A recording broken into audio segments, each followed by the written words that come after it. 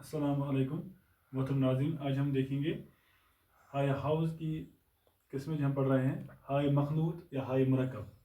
हाय मखलूत या हाय मुरक्कब ऐसी है जो दूसरे हरूफ के साथ मिलकर आती है। ये वाली है होती है, इस तरह भी हम इसको लिखते हैं, जिसको हम दो चिश्मी है भी कहते हैं, यानी बच्चों को समझाने के लिए दो चिश्मी है। तो इसको हाय मखलूत या हाय मुरक्कब क्यों बोलते हैं? क्योंकि ये दूसरे हरूफ के साथ मिलकर आती है, यानी अलग से हम इसको इस्तेमाल नहीं कर सकते। अब मिसाल देखिए आप, यहाँ पर भ है, फ है, थ है, ज है वगैरह।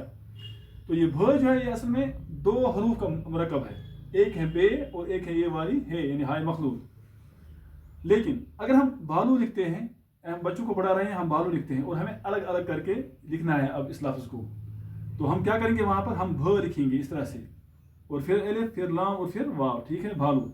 अगर हमने इस तरह लिख दिया, यानी बच्चों को ये दिखाया बे प्लस है इस तरह से, फिर एलिफ, फिर लाम और फिर वाव, तो ये गलत हो जाएगा, क्योंकि ये मखलूत है, ये अलग से नहीं है। लिहाजा हमें याद रखना। इस तरह झाड़ू देखिए आप, झ अलिफ बे और वाव, तो ये झाड़ू है, लिहाजा इसको हम मुरक्कब या मखलूत है कहते हैं। अस्सलाम वालेकुम।